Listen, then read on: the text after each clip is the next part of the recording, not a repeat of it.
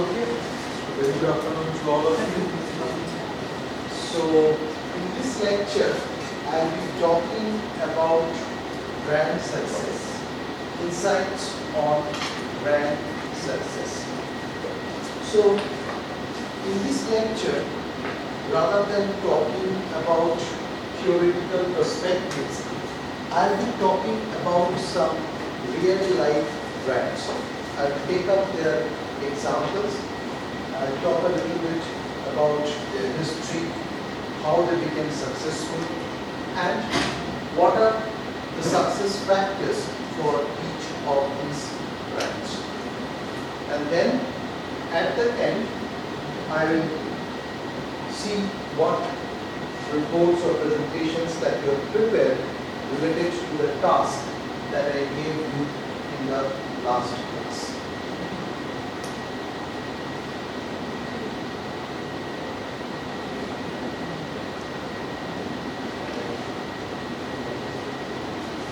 Now, I'm sure after attending so many sessions, you have become quite aware of the fact that the success of brand can be equated with the success of the company. So, if the brand is successful, then that will be synonymous with the success of our business. I will give you plenty of examples related to this particular aspect. So, if the brand is successful, the company itself will be a successful venture. Now, we may think that probably there is a magical formula that we can use to make our brands successful.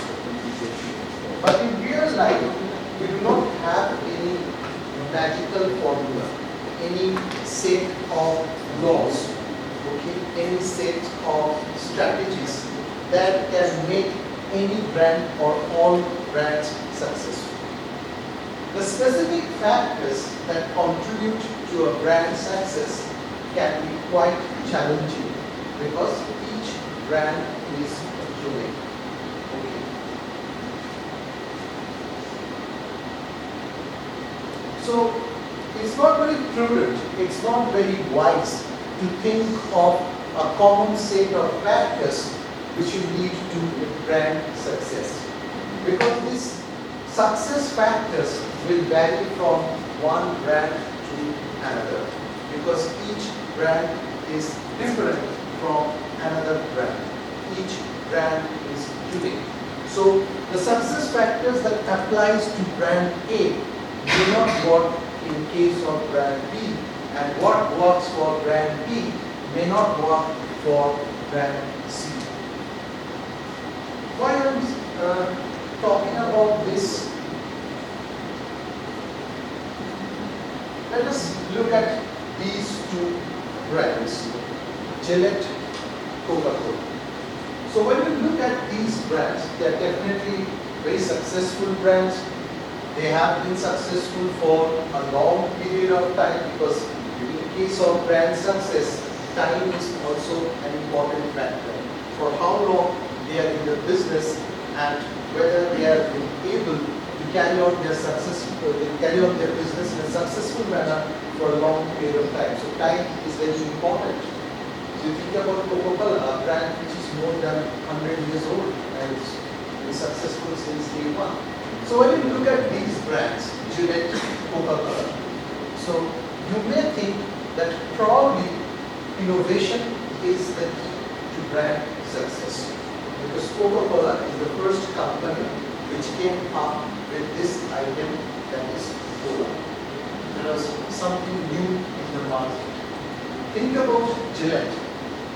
They changed how men do shaving. Okay.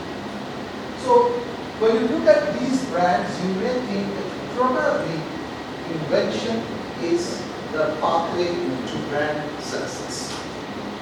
But then you have these brands, Mercedes-Benz, Nike, Pepsi, Did they invent anything? Mercedes-Benz didn't came up with automobile, it was Ford. Nike didn't came up with shoes.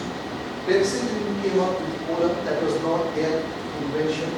So they became successful by working on the invention of other companies or other manufacturers.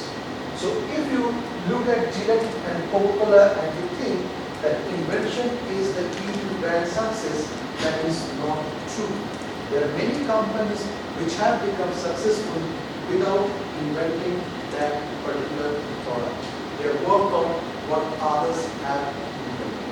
And all these are again very successful brands over a period of time. So then, what can be the key factor? So you may look at Rolex, Kleenex, although Kleenex is not available in India, it's a US brand. It is used for this company, that makes these tissues that you use to wipe our faces or disposable hand towels. Very popular. Okay. So Rolex, Kleenex. When you look at these brands, probably you think that one brand, one product, that is the key. You just concentrate on one offering and you will become successful because you will be channelizing all your resources, all your efforts on that particular product. Rolex, what does Rolex make? Luxury watches, very high fancy watches. So you will think probably that's how it works. But then, to counter that, on the other end of the spectrum, you also have Yamaha and, for example, say Caterpillar. Yamaha, I'm sure you've heard about it. So they are into making motorbikes, motorboats, many parts of automobiles. They are also into making engines, lawnmowers. So they are into a number of different products. Same with Caterpillar. Any idea about Caterpillar? So cranes,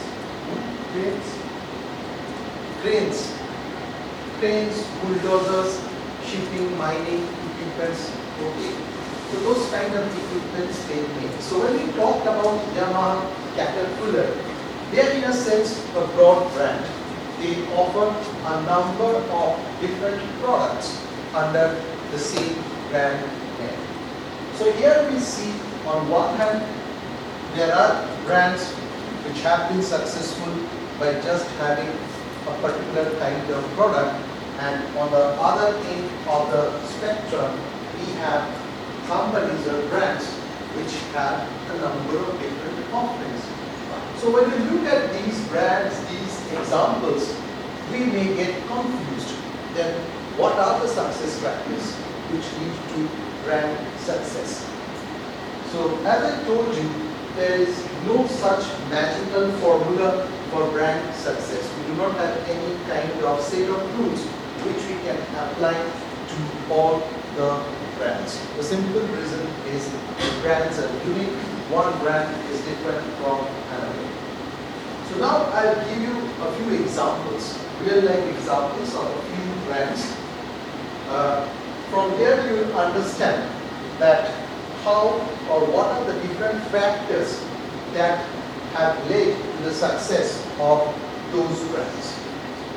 So first of all, I'll talk about Sony.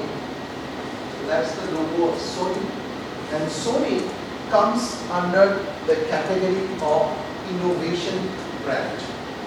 That is, we are talking about brands where the focal point, the main focus is on innovation. Innovation is what? When you come up with something new. You come up with something which has not been there in the market. Or maybe you bring about some radical changes in the existing product, in the existing process. Now, we as human beings, we are very conservative creatures. We don't want to change ourselves. We resist changes. So when a company comes up with something innovative, it takes time. Most of the time, it takes a lot of time to become successful. So with innovation, you can achieve great success. Think about Xerox, photocopier, okay, huge success. On the other hand, there can be spectacular failures also, where you come up with something innovative which falls flat. So it's a kind of double-edged sword. But Sony is a company which is following this philosophy for a long period of time since the Second World War, and they have been very, very successful not only in Japan or in Asian countries but across the globe. So let us know a little bit about Sony, their journey. So this company started in 1946 by Akio Morita and Masaru Ibuka. This man is actually played a very big role in making this company a hugely successful one. Now, do you have any idea about how Sony started its business?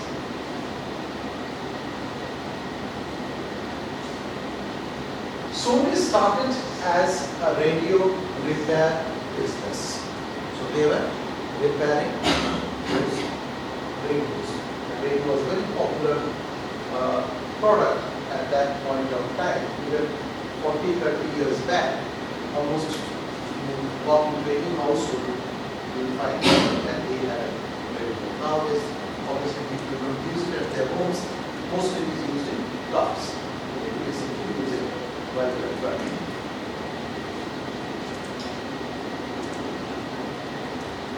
So, after the Second World War, Sony started to come up with a lot of innovative products from time to time, which made them as, or which designated them as a successful brand not only in their home countries but beyond the borders of Japan. So the company quickly gained recognition in Japan for its innovative products, including the first effective transistor radio and then the first all transistor television. I don't know whether you have seen portable television. You have seen it, portable television, from your generation is not aware of it. But in our times, we had this portable television. And the technology behind that was replacing the vacuum tubes of the traditional television sets with this transistor. Okay, so this was used for amplification and switching electrical signals. Because of this technology, the size of the television set that got reduced considerably and it became portable. You can take it from one place to another.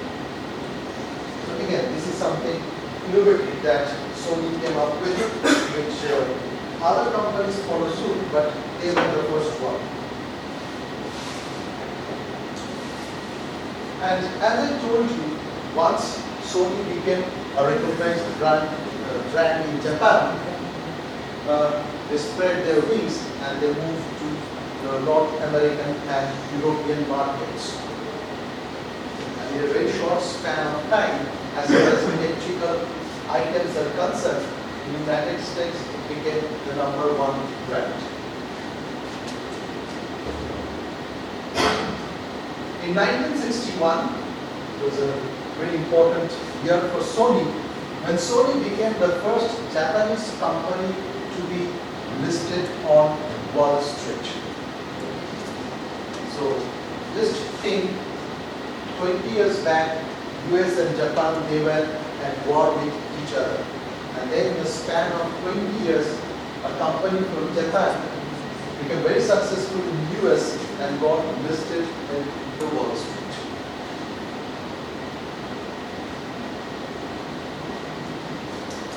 Over a period of time, Sony came up with a number of innovative products, but the one that brought is this Walkman. Okay. The other name for Walkman is personal stereo. It came up in the late 1970s. So during that time, people were looking for a portable music system that they can carry. For example, they are going for a picnic, they can carry that music system with themselves. Or maybe they are going for a walk, they can listen to music and walk. Okay. So Sony came up with this revolutionary product that is known as Walkman. So Walkman went on to become the most popular consumer electronics product ever. Have you used Walkman? So previously we had these analog cassettes, and then with the advancement of technology, we had CD Walkman. You can put a serial inside the Walkman and you can listen to the music.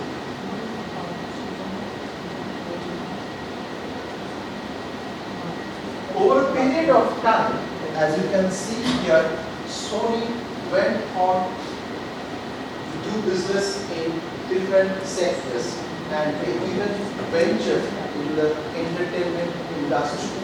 First, they acquired the CBS Records, and then they moved on to the entertainment business. So, what are the success factors of Sony?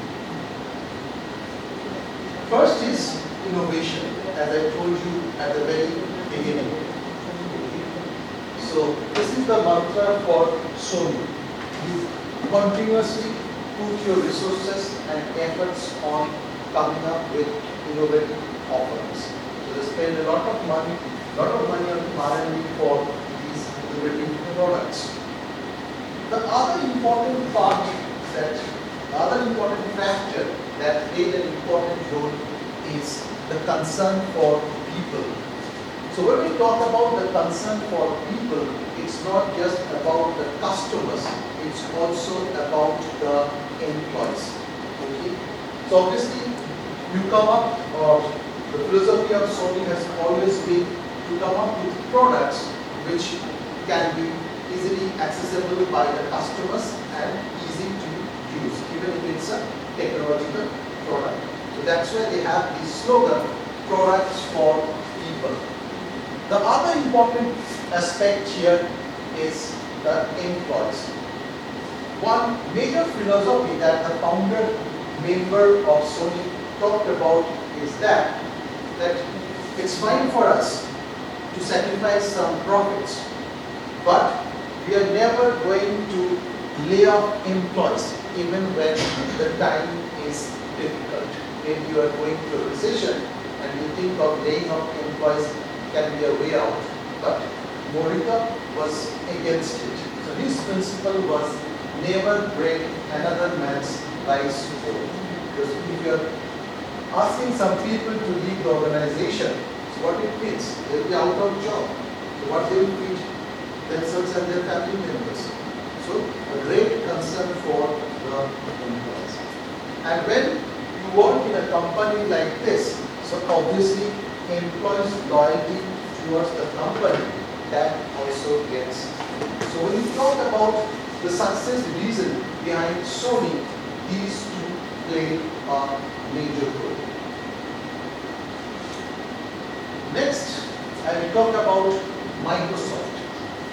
So it comes under the category of muscle brand. What is a muscle brand?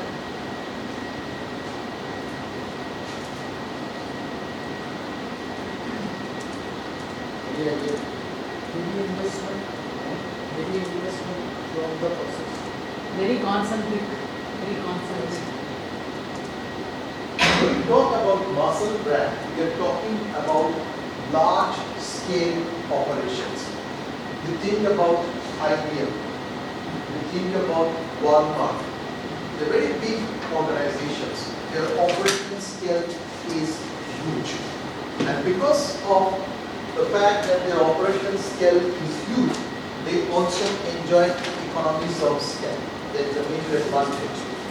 But again, for big companies, the size of the company sometimes can also turn into a negative proposition, because when you are operating on such a large scale, there will be complexities, there will be problems.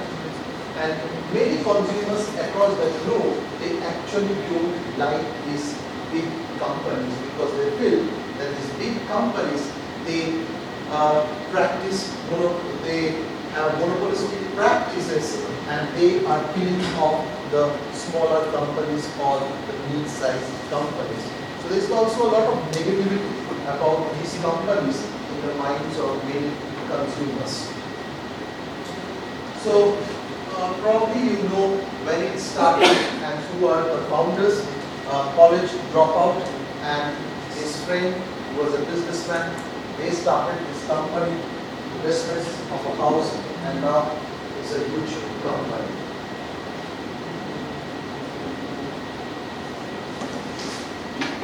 So Microsoft's original mission was to have a computer on every desk in every home running Microsoft software. That was their vision from the day that started. That means it was about market domination.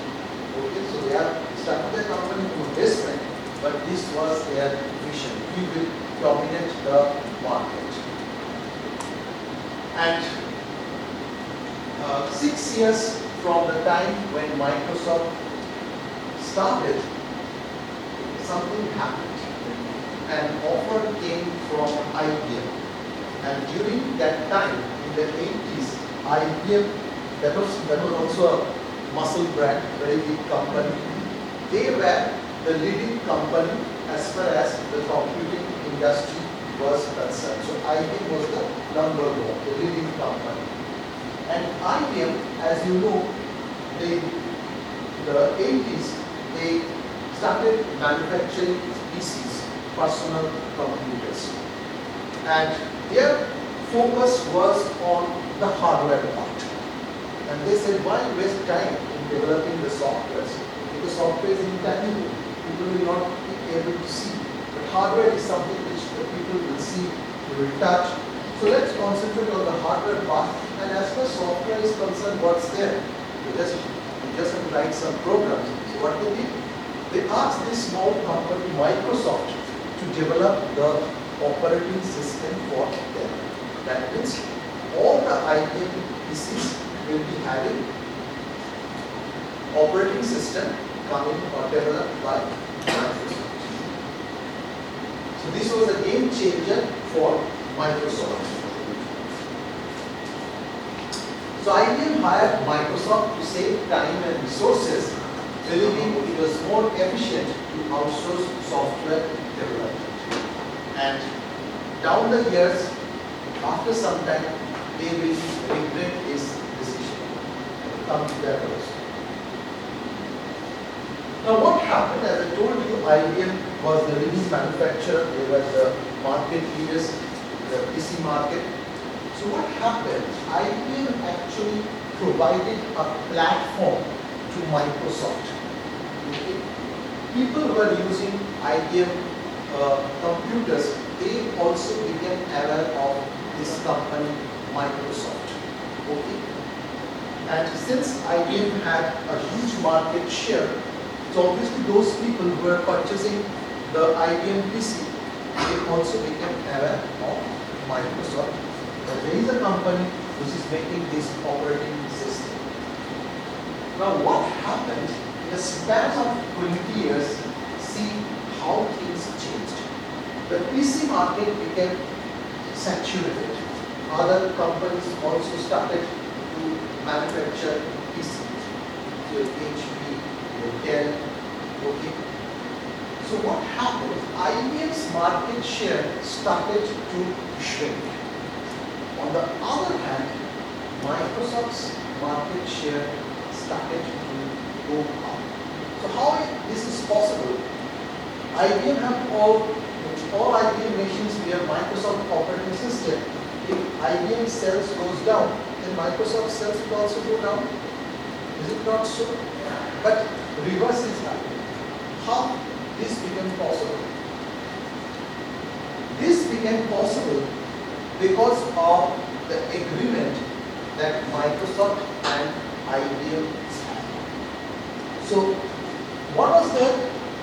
IBM provided all the resources to Microsoft for developing the operating system, for improving it.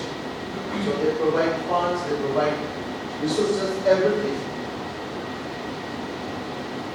And the fun part of the contract was that IBM will provide the resources, but Microsoft has the sole power to offer license as far as Microsoft's operating system is concerned to any company they feel like. So IBM provided a platform, Microsoft used it. They developed their operating system and they were giving the license not only to IBM but also to other manufacturers of PC. You go to HP, you go to Dell, what operating system you have? Yeah. Operating system from Microsoft. That's how it spread their wings and captured the markets. That's why their share started to go up. Many people felt that Apple's operating system, not only people but experts also, they felt that Apple's operating system is far better than Microsoft. But the problem with Apple was it was a world company. It felt that our operating system will be used only in our computers. We are not going to give license to other companies. So that's why what happened, you think about Apple's any application software or operating system, that got limited only to Apple users. The rest of the market, it was for Microsoft. So while many believed Apple's operating system was technologically superior, but it was limited only to Apple computers. So Microsoft achieved its massive growth by granting licensing rights to nearly anyone who requested it. Different manufacturers, everybody will use MS operating system, no problems. We are ready to give you the license.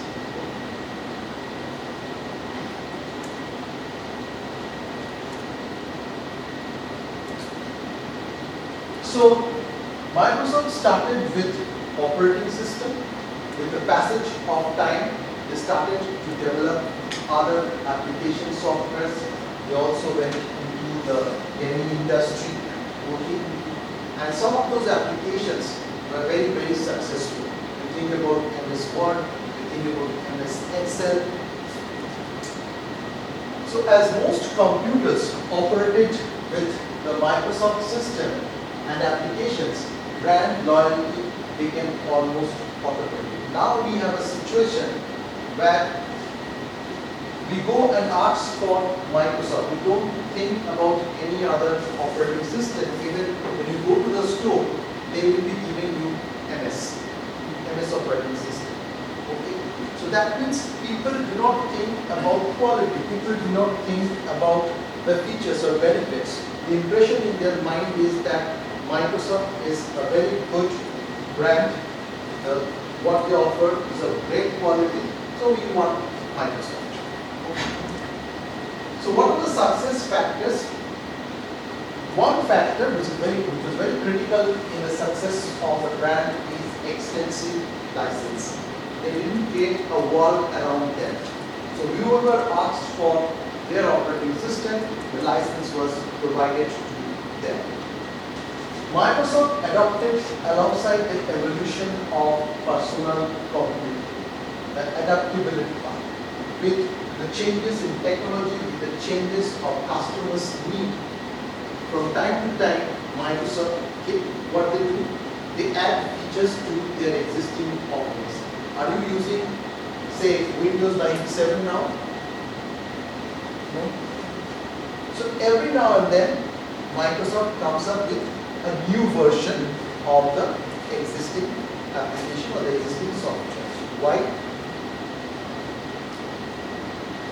They are adding some more features to add to the user's convenience. They are adding some more features, new features to their existing offering so that it enhances the convenience of the users. So that adaptability is very important. Next, I'll talk about a status brand, that is Louis Vuitton. Although we do not, marketers, they do not use the term status, but they use terms like prestige, luxury. You know, we human beings, to some extent, we prefer to compare ourselves to others. So if I wear this apparel, if I wear this brand of shoes, what people will say. And nowadays, the mantra is that you are what you buy.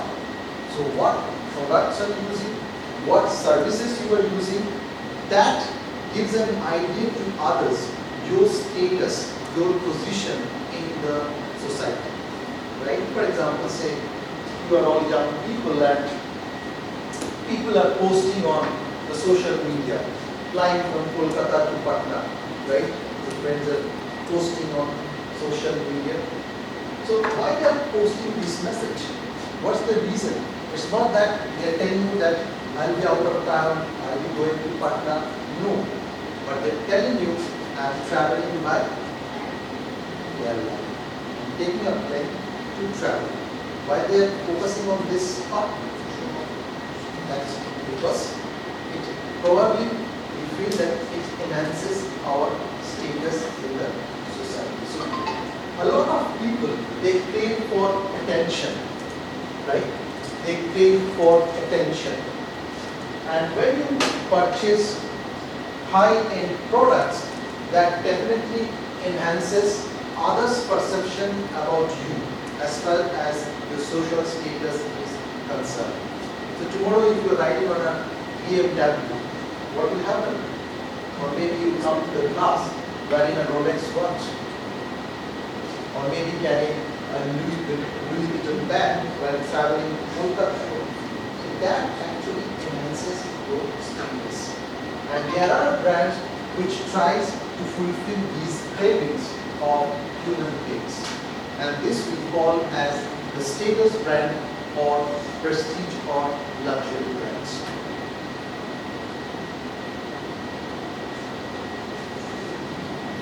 So this is a French company.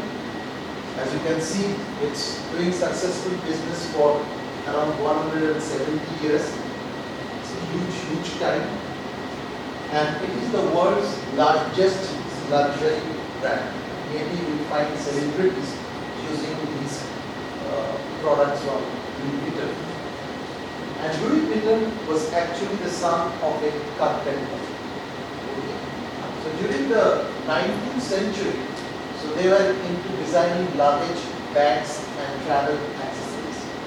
And you think about 19th century, 1850s, 1860s, 1870s, at that time, only the wealthiest people could afford to think of tourism, traveling to a different place to spend some time.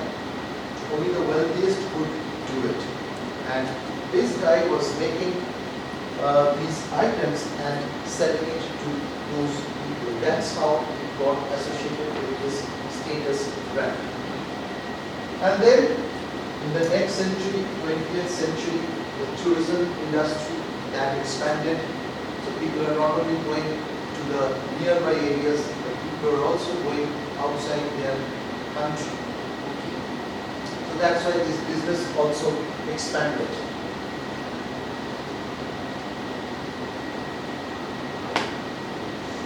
In the 19th century, when the concept of tourism was emerging, this association was even more pronounced. So remember, tourism is associated with luxury. Okay, because the thing is that when you travel, it shows that you have money to travel to different parts, and you also have freedom. That also manages your time. So Louis Vuitton has successfully expanded into the fashion industry. So now it not only makes bags, but they're also into making clothing, shoes, watches, and jewelry, which are pretty expensive. And to endorse their brands, most of the times they use celebrity endorsement. They do it in the US, they do it in India also. Any idea about who was the brand ambassador or the celebrity endorser for Louis Vuitton in India? Have you seen any ads? Deepika Padukone was the celebrity endorser for this Louis Vuitton bags. One major reason behind the success of Louis Vuitton is the control part. The company does everything from design to distribution.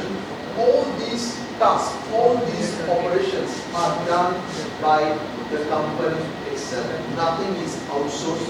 There are no middlemen. Even Louis Vuitton items are sold in exclusive stores across the globe. Every operation or the entire operation is under their control. So over a period of time, Louis Vuitton has successfully balanced prestige with mass appeal. And this logo of Louis Vuitton, it has become a social marker. Social marker means what? It will indicate your status in the society. So if you walk into a room with a Louis Vuitton bag, that will draw the attention of others. To draw the elite class. So it has become a kind of social marker that indicates your position, your status in the society, to which strata of the society you belong to. So this brand has become a remedy for status anxiety. There are many people who kind of go through depression because they're not able to reflect their status in the society. That also creates anxiety. How I can show others that I am a wealthy person. Okay. So these brands actually satisfy that needs also. Like for example, many times you will see that even people are taking a huge amount of loan and purchasing items. Maybe they are purchasing expensive items, products which are beyond their pay scale. They are taking a huge amount of loan, they are paying a huge amount of EMI per month, but they are purchasing it. Why? To a great extent because of this. I want to show that I am somebody in the society. I would like to demonstrate. So let me quickly go through the success factors for Louis Vuitton. Celebrity endorsement, it's a major one. And you see the kind of events that they sponsor. They do not sponsor any kind of event. They sponsor events which are made for the higher class, wealthy people. Okay. For example, yacht race. Generally, probably, if you are asked to have a look at this, probably you will not be interested. You saw those big boats, sell. For example, when you are free, say on a Saturday or Sunday, what do you do? If you are free, the common people like us, middle class like us, what do you do? What do you do? You go to movies. You go to a movie with your family or friends. Maybe spend some time in a shopping mall. Maybe say boys they will end up having a game of cricket or football. That's what we do. Maybe reading some books. You go to golf club and play golf. So that's how the elites spend their leisure time. So these luxury brands, they will sponsor those kind of events, those kind of, for example, say sporting activities, okay, which the elite class enjoys, because that matches with their brand imaging. As I told you, high degree of control, everything from manufacturing to design to distribution, everything is done by the company itself. So there is total control of what goes out in the market, what communication goes out in the market. And marketing communication. As you can see here, the ads that they come up with in the print media, they just don't put the ads on any kind of journals, only upscale publications. So magazines which are made for the elite class of the society, which are pretty expensive. So in those kind of magazines, they will put up their ads. So these are the major reasons for the success of lead return. So, like early entry into the market, like in 1854, when no other people were making bags and that is just for tourism, they were the ones who were doing. But at that time, tourism was not the kind of industry that you see. As I told you, very few people were there. The important part in this case is how they were able to sustain their business in the long run. Because there are also other brands which come under this category, which come up with the same kind of products. They are there, they are doing successful. Prada, Gucci, they are also doing successful. But Louis Vuitton is ahead of them. That can also be a factor. First entry into the market, that can also be an important factor, but not in this That case. only first entry connected them with the luxury status, because that Yes, because tourism is usually associated with your luxury status. And because at that time only wealthy people were the only persons to go for this tour and travel and spending their vacations. So that got associated, that association. And the important part there is to carry that successfully for a long period.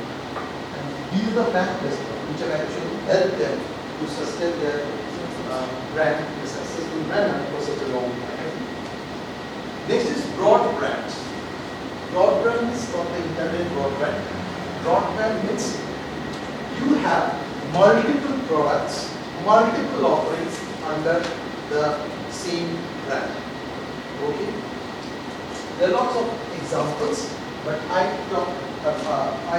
thought about Virgin, which is pretty successful because the kind of products and services that they are offering under the same brand name is mind-boggling. It's so diverse.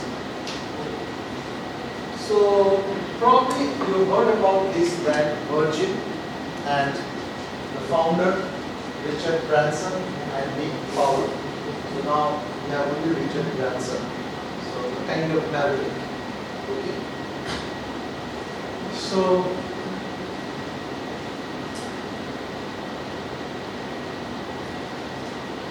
this company started off as a company selling records, and they were doing decent business.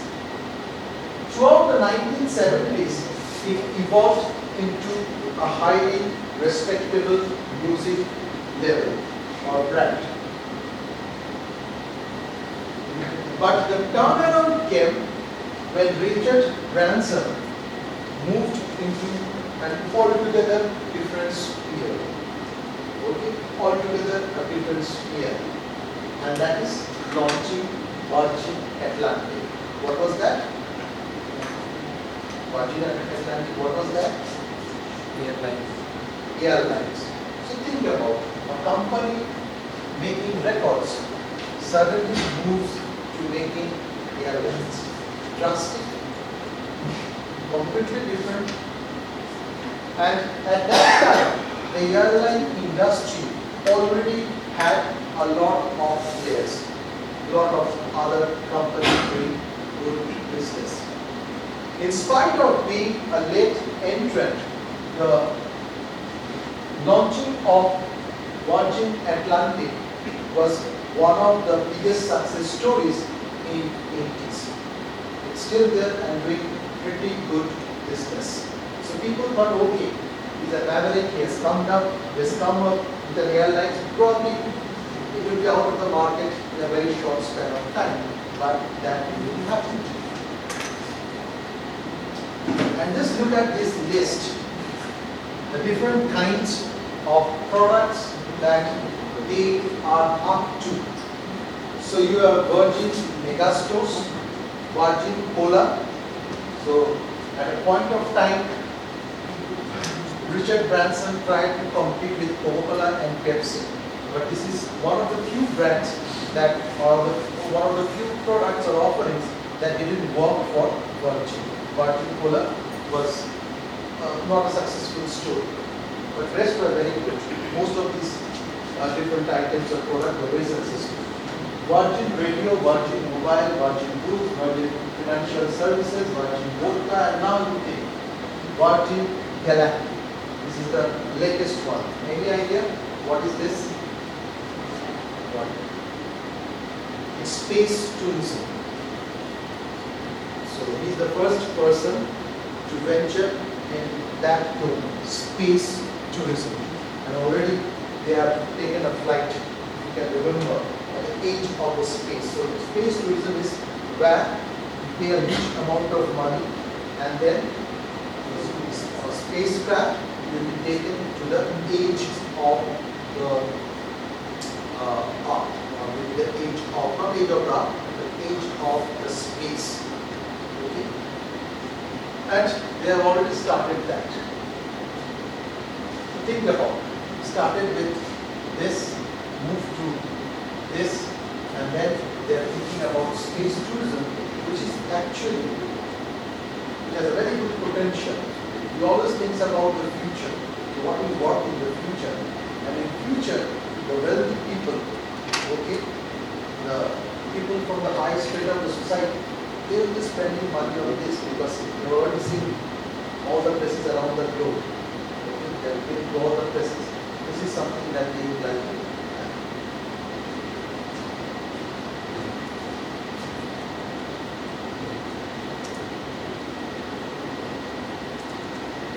Now, one of the major reasons for the success of Virgin brand is the founder himself, Richard Branson.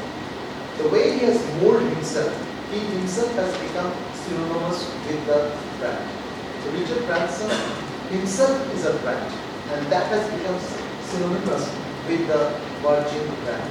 So the way he has used his marketing tools and PR, so that has given, or that has created a certain image of Richard Branson in the minds of the consumers.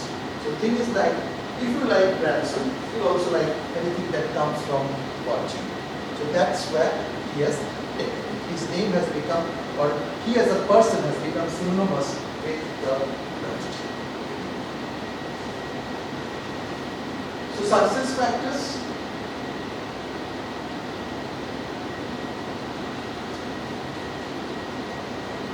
Elasticity.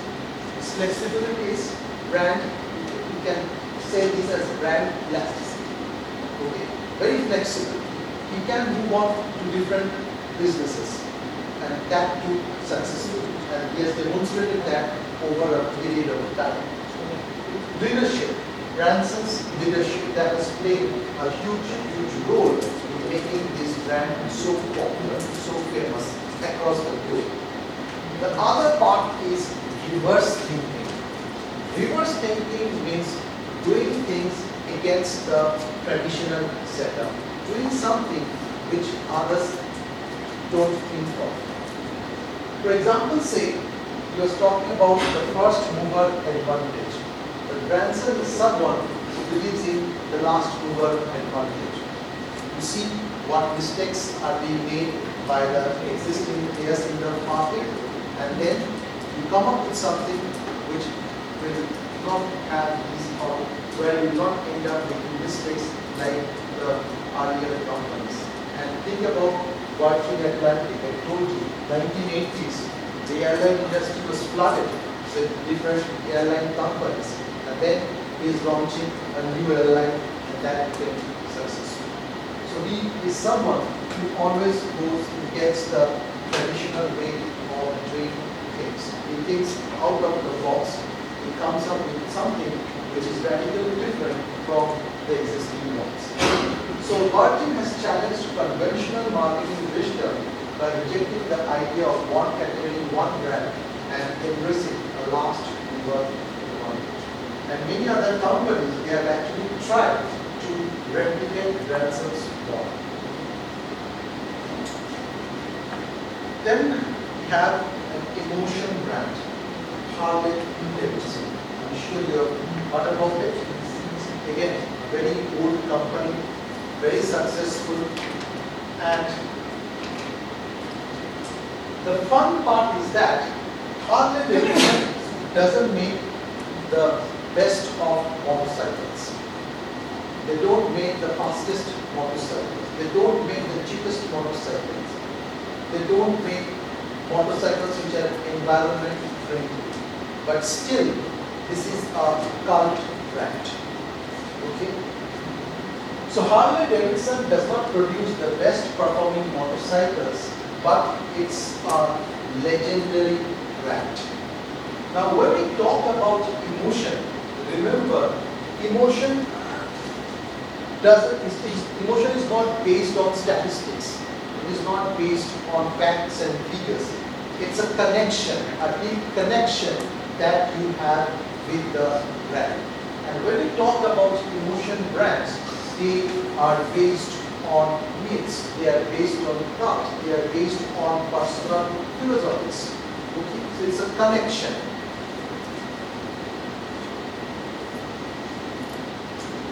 And another fun fact I can give you, have this Harley Davidson logo that is the most tattooed object on human body. No other items have been tattooed so much as Harley Davidson is logo. You can think about the kind of phrase, the kind of car that is associated with this particular brand. Harley Davidson inspires a near religious devotion among bikers worldwide. So what do you mean by this near religious devotion? What?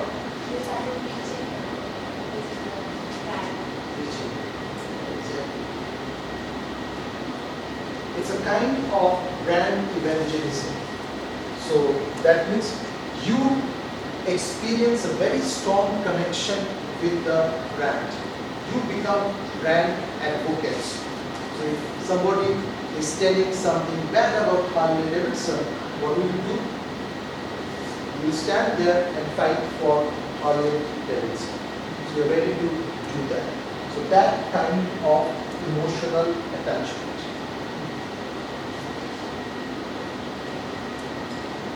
So it is a brand of history and legend. And let me just quickly go through the success factors.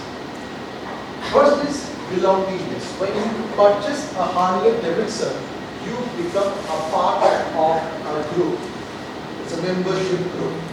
So I don't know whether you have seen in movies, but many Hollywood movies, you will see that the bikers on Harley Davidson, they are moving in a heart. Heart means group of people. And they have a brotherhood group. And they have certain norms that you have to follow to be a part of those groups. So owning a Harley Davidson allows individuals to make a clear statement about their identity and connect with like-minded people. The brand image that Harley Davidson wants to project is masculinity, rough, tough, rugged. That's the kind of association they want to have with Harley Davidson.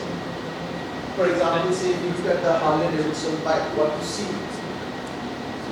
The high head handbars, the leather set, a little bit on the lower side, and a distinct growling sound of the engine, which you will not find in other bikes. So all these features doesn't add up to the convenience of the customers or the riders, or provide some additional features in terms of performance, but it creates a character.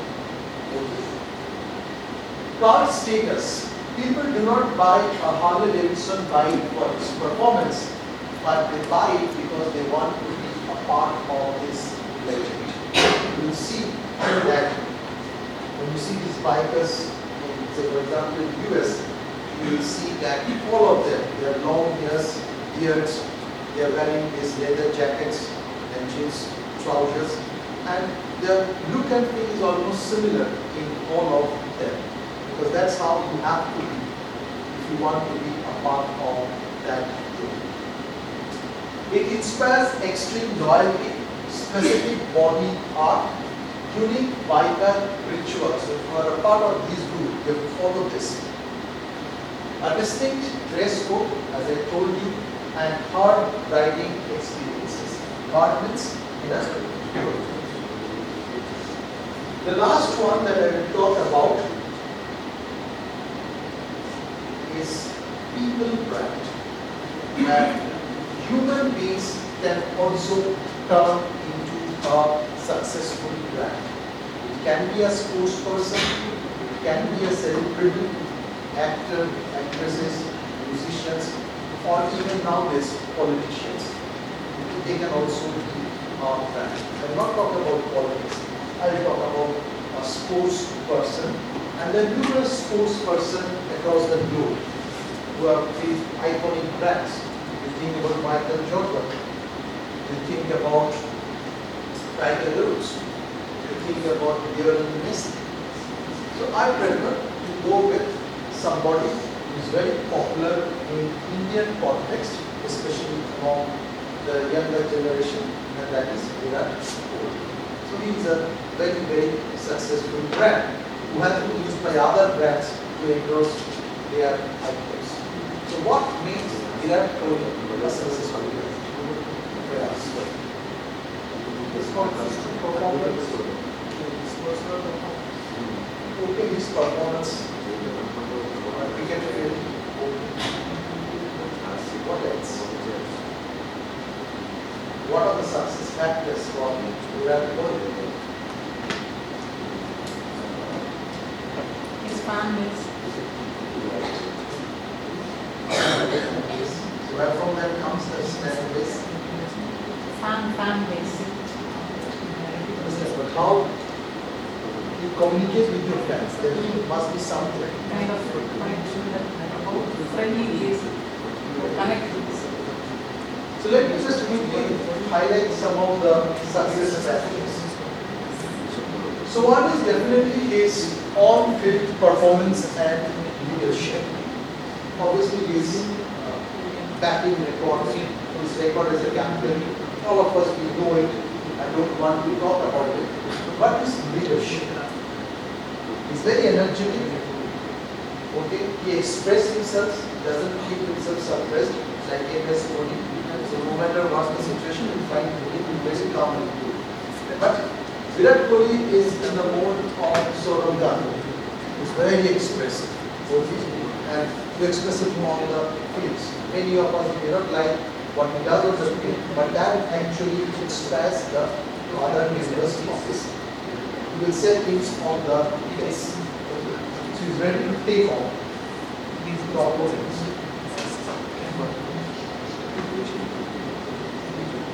Relatable personality, especially among the younger people, younger teens. So Virat Kohli's image, his persona is very relatable. You can relate with him because he is known for being himself. Okay? So what he has on his mind, that gets expressed.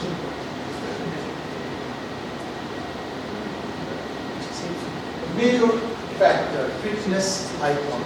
Probably one of the most fittest cricketer that we have in modern cricket. Okay. So Kohli's shift to a strict fitness and diet regime is making a role model for health and fitness enthusiasts. Just think about sometimes that Virat Kohli was endorsing a brand of potato chips, right? And then you see that ad that somebody is coming and asking him, if you are such a fitness freak and you are endorsing potato chips, which is not good for health, and then what he says? Exactly. not fried, it's baked. So if it's baked, then it's not harmful for your health. They are also giving this message of being health conscious.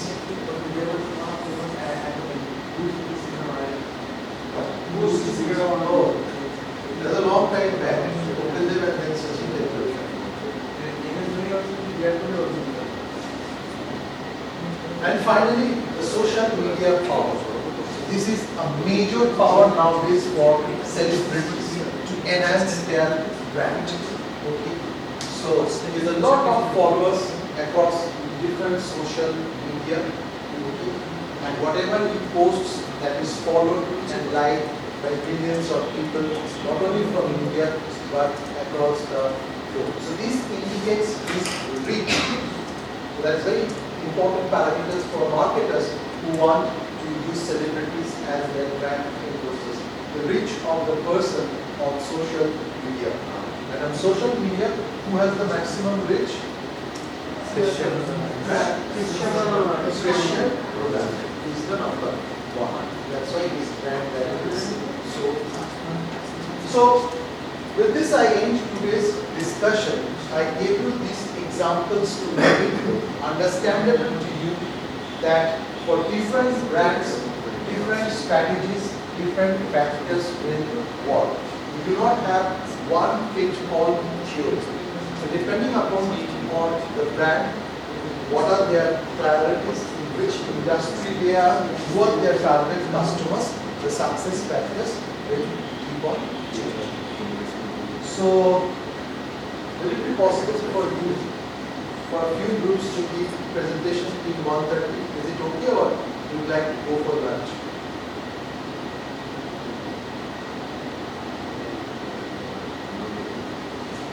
You tell me accordingly I will do. Else I will end the session. So, with that we come to the end of today's lecture. Before I end, I'd like to,